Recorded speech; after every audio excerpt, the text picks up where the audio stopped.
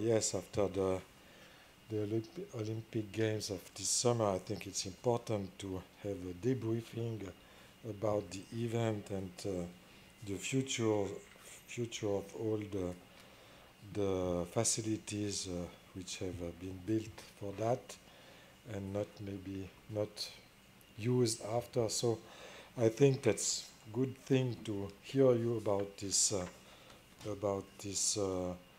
theme. And as we do at the Swiss Press Club, I would ask you to sign our golden book before to give you the floor. And after, we can also open the floor to the questions. Okay, please. So, Michaela, you will be the moderator. I just let you sign with your colleagues. I also give you a little souvenir of the club. That's the cartoonist catalog of our exhibition this year. Okay. And now I have the pleasure to give the floor to Michaela Königshofer. Please. So you just push the button when you speak. Okay. So thank you very much for the nice words, and thank you for the opportunity to have this debate here. I would like to welcome the listeners here, but I also want to welcome the followers over live stream. And yes, the topic and the question of the day is how to change the game. And I'm speaking here representing a Human Rights Alliance of Austria, but like only in Austria we cannot change the game. So we have a great alliance partner, which are aligned here, who can or will speak about their experience, their findings during the Olympic Games, and which is very important to answer the question how we can change the game, is like about to speak about the recommendations which are coming up from all the experience, all the research which is going to present afterwards. And I can also announce that afterwards there will be also the opportunity to speak individually to our researcher, but also there will be drinks and snacks in the end. But for this you need to stay with us till the end. It's a big pleasure to introduce Andrea Florence. He's sitting here next to me because we are launching today, or she is presenting and launching today, her report about children's rights violations during the Games with the title Breaking Records. So she will talk about this in detail afterwards. We also have Renata Neda with us. She's sitting here over there. She is coming directly for this presentation from Brazil. So thank you very much for this far way you've taken on your back. And she's representing Amnesty Brazil, who has launched recently a report called A Legacy of Violence. And she would speak about the violence during the game. And we have a researcher here with us. It's Eric Omenia, and he will put the discussion in a bigger frame. So he's doing research on mega sports events and how governments are using their power to remove people, which was also a very big issue during the game. And so I would like to ask Andrea to start.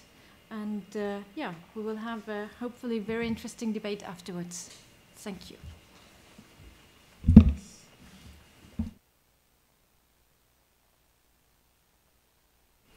Okay. Thank you, Michaela. So as Michaela mentioned, today we are launching our report called Breaking Records, Child Rights Violations During the Rio Olympics. In some, we have seen increased and alarming numbers of police killing, including children during the course of the Games, increase of repression towards protests of adolescents and teenagers as well, street cleanup operations that impacts children in situation of streets, and an overcrowding detention center. So just to start, I want to show you a short video that we've made about the main topics we talk about in the briefing. You need to be in front of it. Oh, I don't know.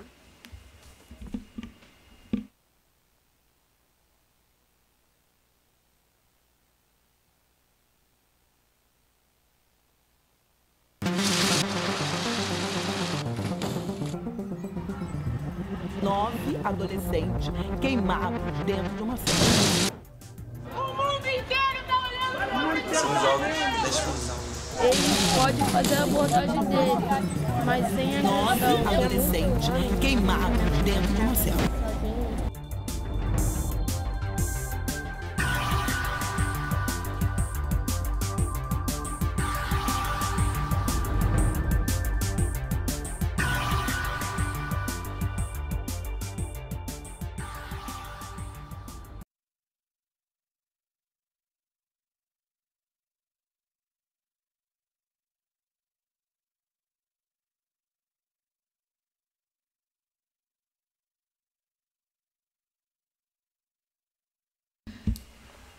So that gives an overview, a little bit of what was reported during the time when I was in Rio.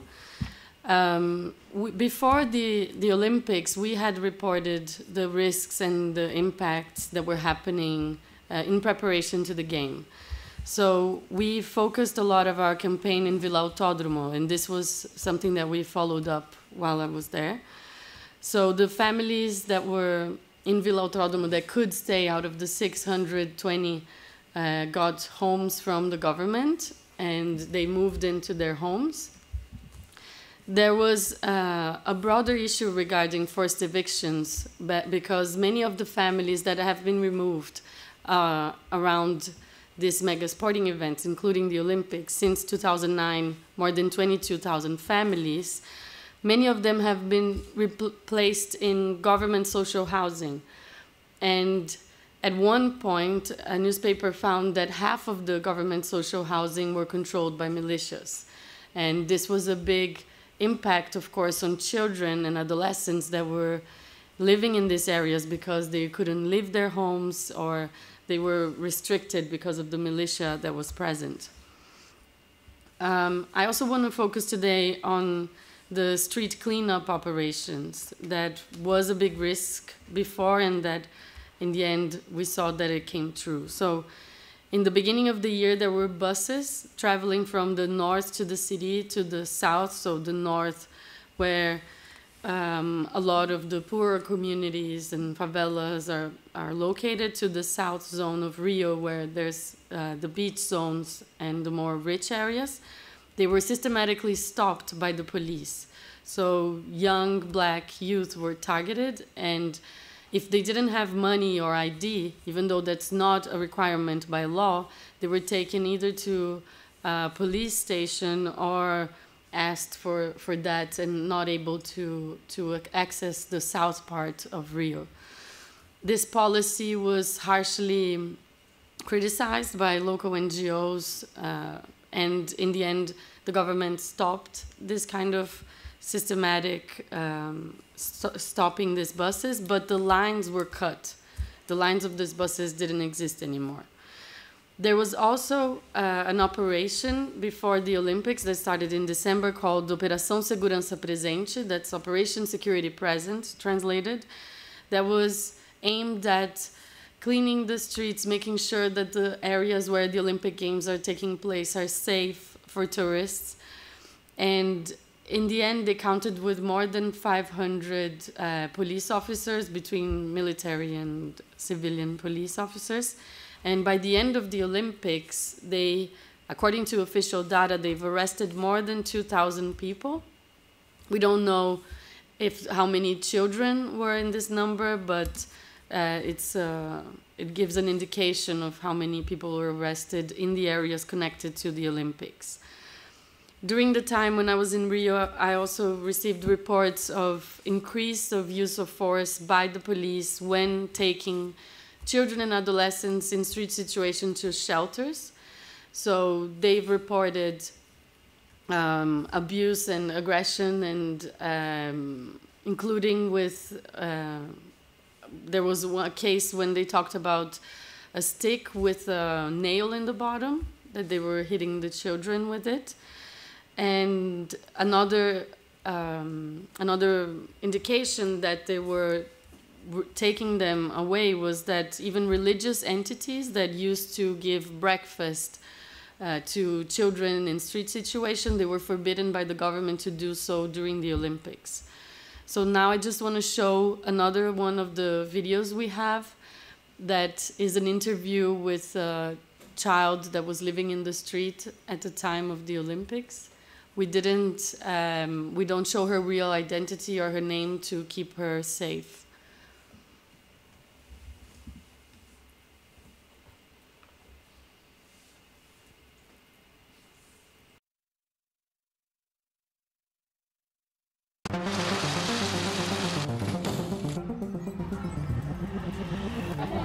A gente estava sentado lá no Laranjeira comendo, o recolhimento passou.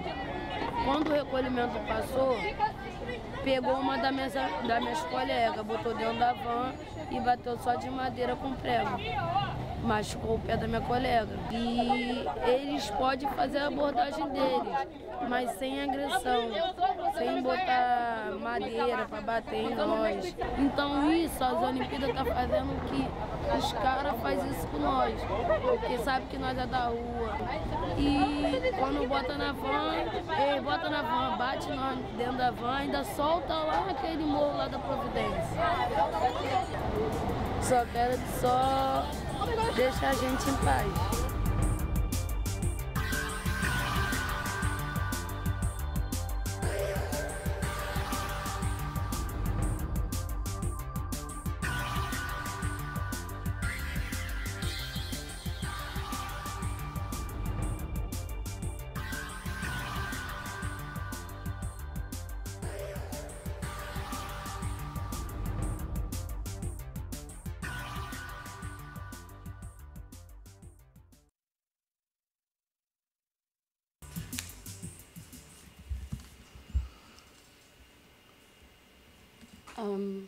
So there are other 3 videos available also today online with the report that is out. So apart from the street cleanup operations, the other topic I want to focus is the condition of the detention centers. Because of this policy and, well, a big event like that, the overcrowded detention units were even exacerbated, and the poor conditions of these centers were deteriorated.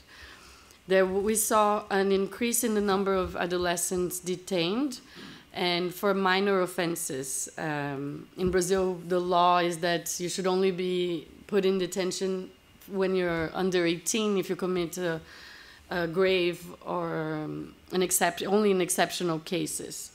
So in 2015, the juvenile detention centers were operating in a capacity of 101%, so 51% overcrowd. And this year, they are in an unacceptable 224%. And the average rate of increase from last year to this year is 48%. The conditions are very poor, so lack of hygiene, health, basic supplies, food, clothing, and some of them are not even attending classes, which is a violation of international law. One of the cases that I want to highlight was one of the units in Rio that was operating at a 309% capacity. There was a fire that broke on the day of the opening ceremony in the cell. According to the family members, they were connecting cables to be able to watch TV and see the opening ceremony. But because it was in poor condition, there was a fire that broke due to this bad connection. And the adolescents couldn't get out of the cell. They couldn't open the cell to take them out. So they were burned. 9 of them were burned. And on the next day, one of them unfortunately died. And in the beginning of September, another one that was present in the fire also died. There was, in this case, one of the one of the highlights is also that the adolescents, they didn't commit a grave crime, so they didn't need to be in full detained condition. They should have been in a semi-opened, because also the unit was overcrowded. So when it's overcrowded and when the crime is not grave or violent, they should be changed to semi-opened condition.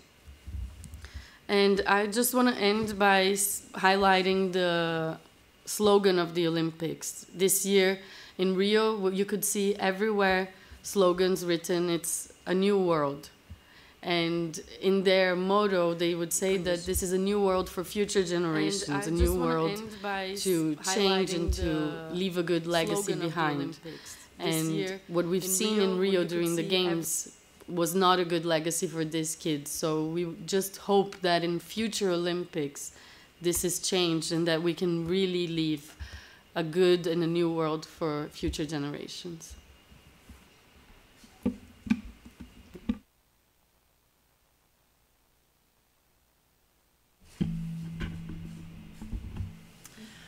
Well, good afternoon, everybody. I am Renata Neder. I am a human rights researcher at Amnesty International Brazil office, and I have been working documenting violations by the police and security forces in Rio de Janeiro for the past years, including during the World Cup and the Olympic Games. Rio de Janeiro has had both the opportunity and the burden of hosting 3 major sporting events in the past 10 years. We hosted the Pan American Games in 2007, the World Cup 2014, and now the Olympic Games 2016. And when we look at these 3 major sporting events, we can see that there is a clear pattern of violations that have repeated themselves throughout these 3 major sporting events. These are violations specifically related to the security forces, not only the police, but also the military and the national forces operating also in the city, which are killings and extrajudicial executions and the brutal repression to protests. Now, obviously, we need to acknowledge that police violence is a structural and historical issue in Rio de Janeiro. But major sporting events tend to increase and aggravate human rights violations that already take place in the host city or the host country. And this is why the local governments, local authorities, as well as the sports governing bodies and the local organizing committee should put in place preventive measures to avoid these violations from being aggravated and increased in the context of major sporting events. So knowing that Rio de Janeiro police force has a very poor record in terms of human rights violations, we expected the Brazilian authorities to put in place very specific measures ahead of the Games to prevent these violations from taking place again. The police force in Rio kills a lot of people. Last year, it was over 640 people killed in the state of Rio by the police on duty. Since 2009, when Rio de Janeiro was awarded the Olympic Games, the police has killed 2,600 people on duty only in the city of Rio de Janeiro. Now, of course, some of these killings might have been in self-defense, and this is what the police usually claims, that those killings were in self-defense. But we have documented cases on the ground showing that there is a pattern of extrajudicial executions committed by the police force, even when the police force claims that those killings were in self-defense. We know that they were not, or the majority of them were not. Most of those cases are never investigated and brought to justice, and this impunity by the violations committed by the security forces increase and fuel the cycle of police violence in the city. Now, the pattern that we have identified when looking at what happens with the number of people killed by the police in Rio in the years of major sporting events, we see clearly that in the years where the city hosted these events, there was a significant increase in the number of people killed by the police. We saw this happening in 2007, an increase of over 30% in the number of people killed by the police. We saw this in 2014 with an increase of 40% in the number of people killed by the police in Rio. And we saw this happening again with the Olympic Games. When you look at what happened in the months just ahead of the Olympic Games, you see that as the Olympic Games approached, the number of people killed by the police was increasing dramatically. There were months where it increased by 100% when in comparison with the same month in the past year. Of course, if you have a police force that kills a lot, and you increase the number of police operations because you're hosting a major sport event, then it's an issue of simple math. You know, you increase the number of people being killed. We monitored some communities where usually the police makes an intervention maybe once a week, and in the months ahead of the games and as the games approached, the police force started to do 4 or even 5 police interventions per week in these communities. So it's a clear pattern. During the Olympic Games itself, we were also monitoring specifically what happened, and we were able to document 8 cases where people were killed by the police during operations. In a meeting right after the Games with Amnesty International, the police recognized that they have counted that 12 people were actually killed in the city during the 15 days of the Games. 12 people were killed by the police. We are still waiting for the final numbers to be released, but they acknowledge that at least 12 people were killed in the city of Rio during operations. Apart from that, 217 shootings between the police and criminal gangs or criminal gang members happened in the state of Rio just in the 15 days of the Olympic Games. This shows not only that there were violations being committed by the security forces, but also that the promised legacy of a safe city was obviously not delivered. The other area where we documented the repetition of abuses was, again, repression of protests. Of course, the protests that happened during the Olympic Games were much smaller in scale than what we saw during the World Cup and the Confederations Cup. But there were protests, and they were brutally repressed. Again, we saw a pattern of unnecessary use of force, excessive use of force, abuse of the so-called less lethal weapons like tear gas, rubber bullets, stun grenades. There were many people injured, including a girl who lost her left eye. So again, someone was blinded by the police for using less lethal weapons. There were dozens and dozens arbitrarily detained, including 75 people who were under 18 years old. In the day of the opening of the Olympic ceremony, the protest was brutally repressed. There was one woman who actually passed out and had to be hospitalized because of the use of tear gas that day. Again, this was a repetition of the pattern of the abuses and how the police behaved since 2013, since the Confederations Cup. Now, obviously, the authorities and the local organizing committee didn't learn from the previous experiences and didn't put in place any preventive measures to avoid this from happening again. And actually, they stated that they were going to implement during the Olympics the same model of security operations that they have used in the Pan American Games and the World Cup. So they actually refused to learn from these experiences, and they intentionally repeated this model of security operations that have failed in the past. We have published this briefing called The Legacy of Violence, where we summarize a little bit the violations that we documented just ahead of the Olympics and during the Olympic Games, and where we make concrete recommendations to the local authorities in Rio de Janeiro. Now, obviously, the Olympic Games are over.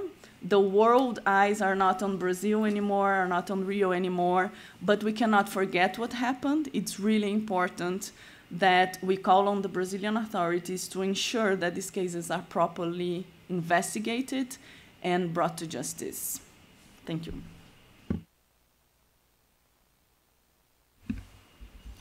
Okay, so thank you very much for the invitation to give this talk about this very important issue.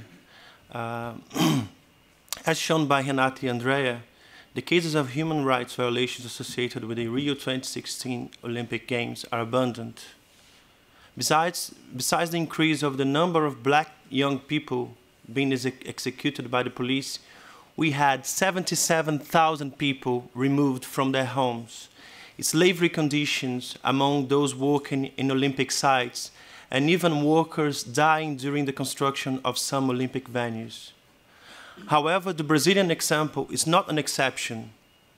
The abuses inflicted on local poor people, justified by sports mega events, is a historical global phenomenon that combines the making of huge profits by international organizations, multinational corporations, and local real estate agents with the dispossession of the most vulnerable classes.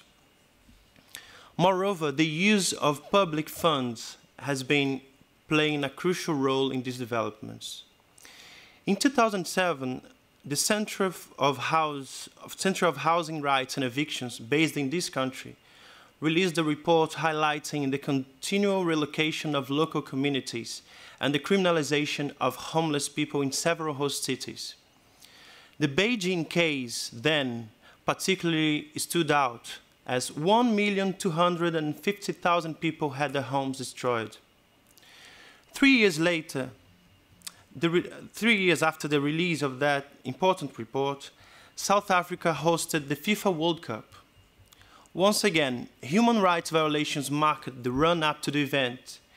In Cape Town alone, thousands of people were relocated from informal settlements and the streets to what was then called Tin Can Town, a set of houses made of iron with inadequate infrastructure and service provision. According to the Guardian newspaper, whereas the mayor claimed it was a temporary relocation area, residents described it as a concentration camp and a dumping place. In Johannesburg, informal street traders tended to be criminalized and kept away from the promised benefits of hosting the World Cup. Hundreds of very poor people, many of them immigrants, were violently evicted from buildings around the Ellis Park Stadium in the name of a renovation project called the Greater Ellis Park Development. Those who tried to organize resistance against the relocation plans were either intimidated or targeted by cooptation attempts. And whenever such mechanisms didn't work as planned, criminalization took place. A few months before the World Cup, the leader of the Ajisanang Community Development Forum, which is a local organization created to stand for the rights of poor people facing eviction threats, was unlawfully arrested. He spent years in prison waiting for a trial, which eventually absolved him. Another member of the organization was caught under the same situation, but could not resist the imprisonment conditions and died soon after his arrest. Given the panorama I've been describing here, many could reasonably think that this is an issue restricted to peripheral or semi-peripheral countries or developing countries. In fact, it is not unusual for some of the so-called third world host cities to adopt European and North American mega events experiences as models of best practices. Take Barcelona, for example. It has inspired clearly the Rio 2016 bid. But actually, there are several problems with the Catalan experience that are rarely mentioned. Traditional gypsy communities were removed from the Barceloneta area. The Olympics were an important factor in making Barcelona a very expensive city to live. Nowadays, there is an acute problem of touristification and gentrification in Barcelona. Or take a look at London 2012. The British Games came up with the ambition to establish a new model. A lot has been publicized about legacy in the East End of the city by very well-paid public relations teams. Nevertheless,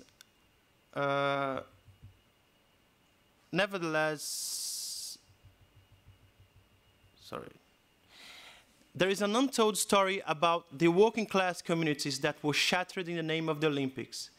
Again, the construction of the Olympic Park meant the relocation of not only gypsy communities, but the total destruction of housing for vulnerable people and students, as much as the destruction of nature reserves and several community facilities, such as allotments. The gentrification process brought by the event is still forcing poor people out of the area, sometimes making them leave London. On top of that, an activist who had been protesting against the construction of an Olympic venue in a public park was arrested and kept in prison for several days. After being conditionally released, he was obliged to stay away from any Olympic venue until the end of the Games, thanks to the exceptional laws demanded by the IOC. His trial was strategically scheduled for the aftermath of the event. And last but not least, the organizations that provide local governments around the world with a good excuse to implement their business projects, regardless of human rights violations, are based in Switzerland. Just like happened with the local banking structure that usually offered an opaque haven for rich people all over the world to hide their money away from the scrutiny of governments and populations, FIFA and the IOC are not known for their transparency qualities either. This also led to several corruption practices being unveiled over the last years. Therefore, the whole structure underpinning sports mega events, planning and implementation is marked by the lack of transparency and a very significant and undeniable trace of human rights violations in host cities all over the world, combined with increasing profits for FIFA, the IOC, and its global and local commercial partners. It's not by chance that resistance against the Olympics and the World Cup have been dramatically increasing. The last of many signs related to this is the withdrawal of the Rome bid for the 2024 Games. In her speech, the new mayor of the Italian capital explicitly mentioned the case of Rio de Janeiro as a justification to deny the Olympics and the IOC a chance. Maybe it shows that the claims made by reports such as the one we are launching today here are not in vain. It's time for a change. Thank you very much. I thank the speaker for their assessments from different point of views, and I would like to come back to the question we have already posed at the beginning, how to change the game. So I think we all agree that there is also big potential which is going with the Olympics. So I would like to ask Andrea and Renate, what can be changed?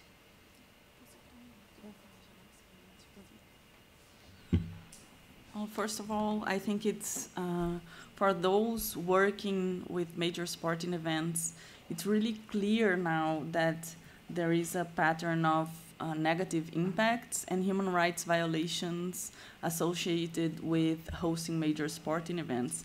Eric brought many examples here of other cities and countries that were negatively impacted. So it cannot be denied anymore. So it's time that both the local authorities as well as the sports governing bodies work together to, one, make previous assessments of human rights records on the ground, possible human rights violations that could take place or be aggravated by the major sporting events, and adopt concrete preventive measures to avoid this from taking place. Regarding Rio de Janeiro in particular, I think and the other countries that hosted previous events, I think it's crucial that all those abuses being denounced that were majorly documented already are investigated and are held accountable.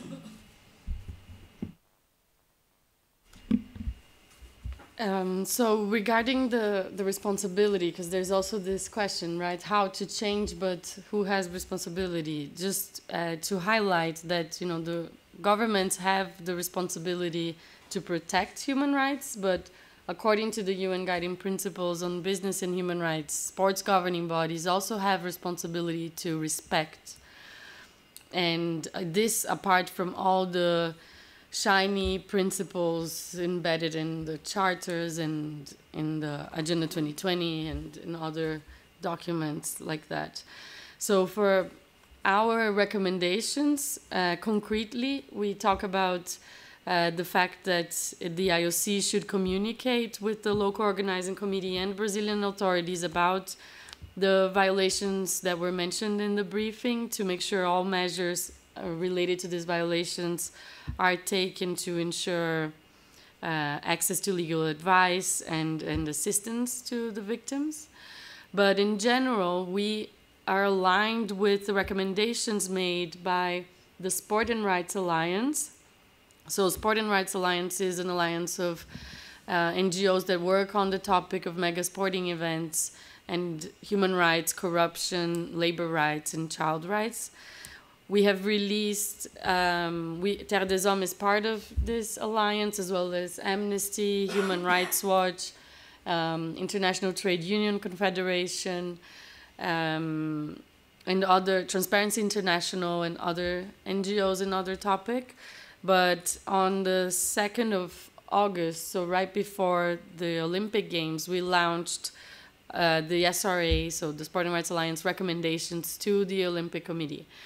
We are aligned with that, of course, and we just reinforce the fact that it should have ensure compliance with international law and child rights law. It should have access to remedy, so the IOC should also make sure that in the event of a human or child rights violations, they are provided with access to remedy, and also sanctions. For instance, when a country is not complying with international law or with the host city contract, that the contract is terminated. And stipulate also that they must respect human rights and child rights throughout all the supply chains, and establish a monitoring mechanism to make sure that all the violations and all the event itself is monitored and responded to. Concretely, we have one big and short-term ask that is about the host city contract for 2024. It was predicted already since the development of the contracts that it was going to be revised after the Rio Olympics. And our ask is that they include human and child rights measures in the host city contract as a first step towards the change that we want to see, towards the change that Agenda 2020 says it's going to make. I think, first of all, there needs to be recognition of the issues that we are raising here and many other people have been raising over the years. I think that's the main first step. The IOC and FIFA cannot go on acting as if nothing is happening. We have now, as I said, not just Rome withdrawing the bid for the Olympics. We had Hamburg, we had Boston, we had many cities just giving up because they are realizing that the burden for public funds and the burden in terms of human rights violations are enormous. So I think that change is somehow happening on this first step. However, I think that also there needs to be more transparency, and the transparency has to be transversal. It has to be applied in the many levels of governance. So we have the local governments, who, especially in the peripheral countries, they are not transparent at all. We can talk about the particular case here of Rio and Brazil. Just to give you an example, we had the contracts between FIFA and Brazil for the World Cup. They were only released very late in the process, so there was no transparency. The Brazilian government and and FIFA together, they made sure that the contracts were hidden away from the public. When it came to light, it was too late. It was 2012, less than 2 years to the event, and we had, of course, we couldn't do much, you know. So I think transparency is a key issue. So IOC and FIFA have to be more accountable, and to be more accountable, there's no other way rather than having pressure on these organizations. So what we are doing today here is part of this. We have to keep the pressure, and they have to be more and more accountable, because just because they are based in Switzerland and they are not, you know, part of the local and national governance structures, they tend to be they tend to be free of any sort of scrutiny. So more scrutiny, more transparency, and more pressure from civil society organizations such as Terre, Hommes, and Amnesty International. Thank you very much for your recommendation. So we have here a lot of ideas how we can change the game. And we hope that we will see changes in the future. For the moment, I would like to invite you to ask questions to start the debate with our experts here in the panel. If you want to ask questions, please use the microphone, and I would like to invite you to also name your name and the organization.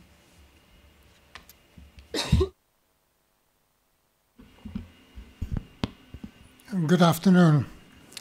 My name is Tony Murdoch, and I'm here with my colleague Lorena Bright, and we work with international sports federations. The statistics and reports you have just told us about are truly shocking.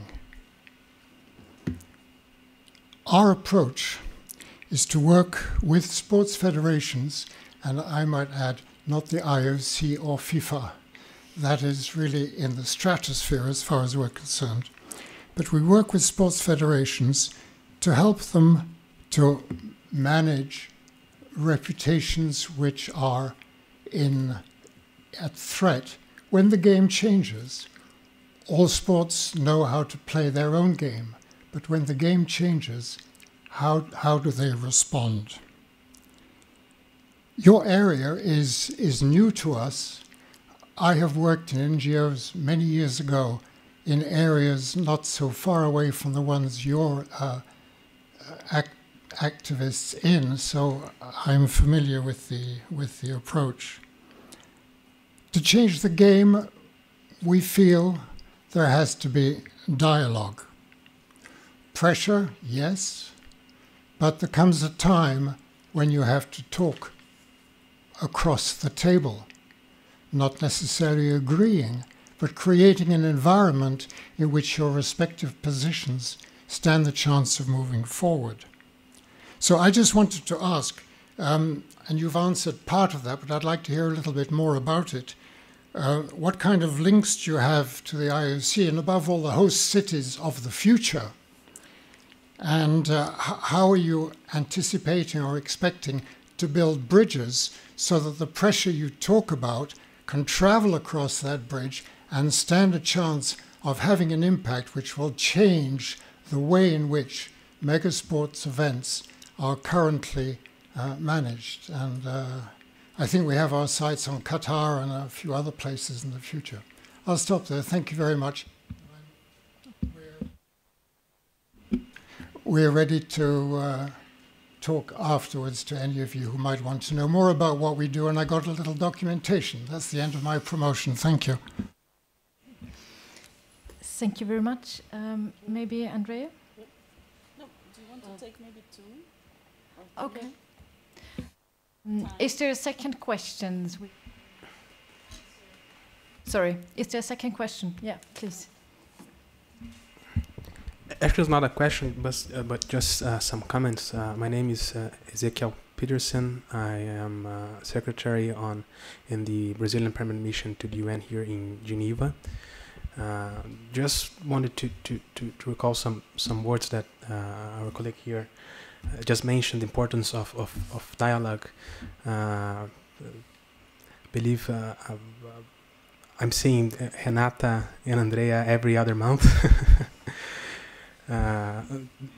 They are witnesses of our, at least, goodwill and listening and dialoguing. That's something very important. We always we have our ears always open to civil society. It's important for us to listen what civil society has to say. We take it into consideration, report it to Brasilia. I'm sure that my colleagues in Brasilia are sending all this information to the concerned parties, and it is important to talk about these issues. So for us, it's important to listen, and if you have the opportunity also to talk a little bit about it. But regarding the games, we believe they were successful. You know, of course, if you look in every detail, you notice things that could have happened better, things that can be improved for next events. But I would say that the Brazilians are very proud of the games. It was for sure a kind of a booster for our self-esteem, especially for populations in the population in Rio de Janeiro. There are a lot of good points in holding sporting events. One can improve the infrastructure of a city, urban mobility. It generates jobs, and of course, it has some negative aspects as well. We don't deny that. And just to comment on some things that were said here, maybe beginning with police violence, something that we don't agree is that something that Renata pointed out, that the legacy of a safe city in Rio was not delivered. So we believe that we do have a safer city in Rio de Janeiro today, you know, and I have some figures about it. The results of the current public security can be measured by the decrease of homicides rate from 40.2 for every 100,000 inhabitants per year in 2007 to a rate of 18.6 in 2015. This is the lowest figure in the time series that goes back to 1991. It's even lower than many other metropoles, even in some developed countries. I won't say the names of the cities, but Rio de Janeiro is indeed a safer city right now. Sorry to interrupt, so because we have only 2 minutes till we end, so I'm taking up your comments that your assessment is going a bit different direction and there are positive points. I guess our colleagues here could also maybe do a remark on your assessment on this side. And I think the first question was about the dialogue, how to address the dialogue and what could be the bridge to the IOC but also to the host cities.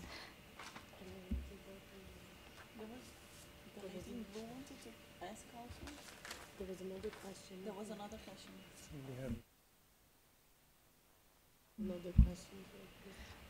I would like to answer the question, and we will see if we have enough time and if there's interest to pose another one. Is this okay?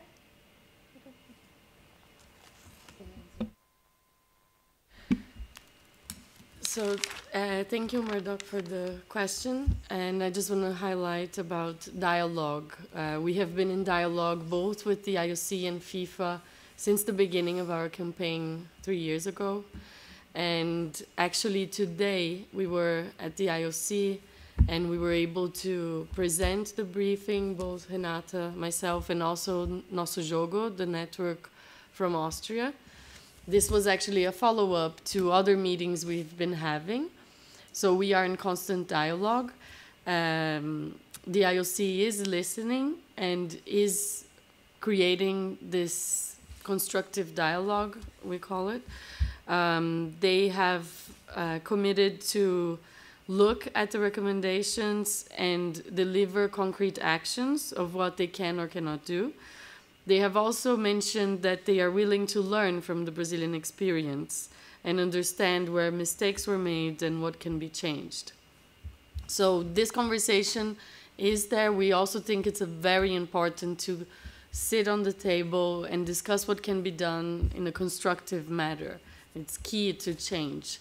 I think that's the position not only of Terre des Hommes, but of all the organizations that are part of the Sport and Rights Alliance. This alliance I mentioned before, trying to change the way games are implemented.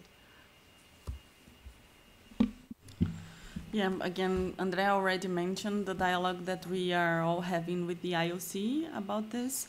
I think it's really important to acknowledge that both in Rio de Janeiro as well as here in Geneva, we always found open doors from the Brazilian mission here in Geneva, as well as the authorities in Rio, to discuss that.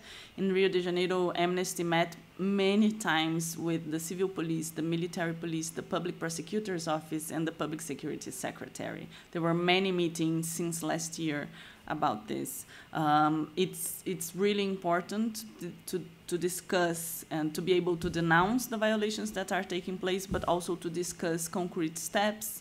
And we always make concrete recommendations for the authorities to be adopted. I think we can, Ezequiel, I think we can continue the conversation later. Obviously, the issue of public security is much more, it's much broader than the Olympics. We want a safer city for the residents in Rio, despite of having an Olympics there or not. Although when you compare the figures with 2007 of homicides in general, they are significantly smaller. They have been increasing dramatically in the past months, and we have been questioning that as well. Also, there is the issue of the unequal distribution of violence. You see that there are particular areas, particular groups in Rio de Janeiro that are mostly affected by lethal violence. What we see in Brazil is that while homicides of white youth is decreasing, homicides of black youth is dramatically increasing, for example. And homicides by the police in particular have increased dramatically. So, but this is public security and the basic right to life is something that we will keep discussing with the Brazilian authorities. We have a campaign called Black Youth Alive that calls for a national plan to reduce homicides in Brazil. So we'll keep addressing those issues through dialogue, obviously, in Brazil. Just quickly, I think constructive dialogue, whatever it means, it's very important when it happens. And I can talk about, what I can talk about is my experience in my research. I've been interviewing people who were relocated or either facing eviction threats and somehow resisted to that. And in 3 different host cities in the world, Rio, Johannesburg, and London. And most of them, a big majority, sees what I call the tokenistic consultation processes as just another way to legitimate these projects. Why they say this? In other words, of course, why they say this? Because they go to these meetings, they go to these public hearings, and they make their points, and at the end of the day, nothing is implemented. So constructive dialogue is great, okay? We can all sit around the table and discuss and have a chat about what needs to be changed, but where's the real change? So is it just another way of, you know, appeasing people who are really angry with what has been happening over the last 2 years? Or is it just, or is it really meaningful dialogue for a change? So that's actually a question mark to be hanging there.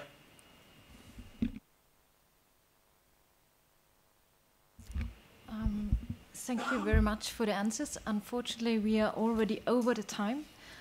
So I would like to invite you all to stay with us have something to drink, have some snacks, and continue the dialogue, the constructive dialogue in this case, and to see which answers we can find together for the future Olympic Games. Thank you very much.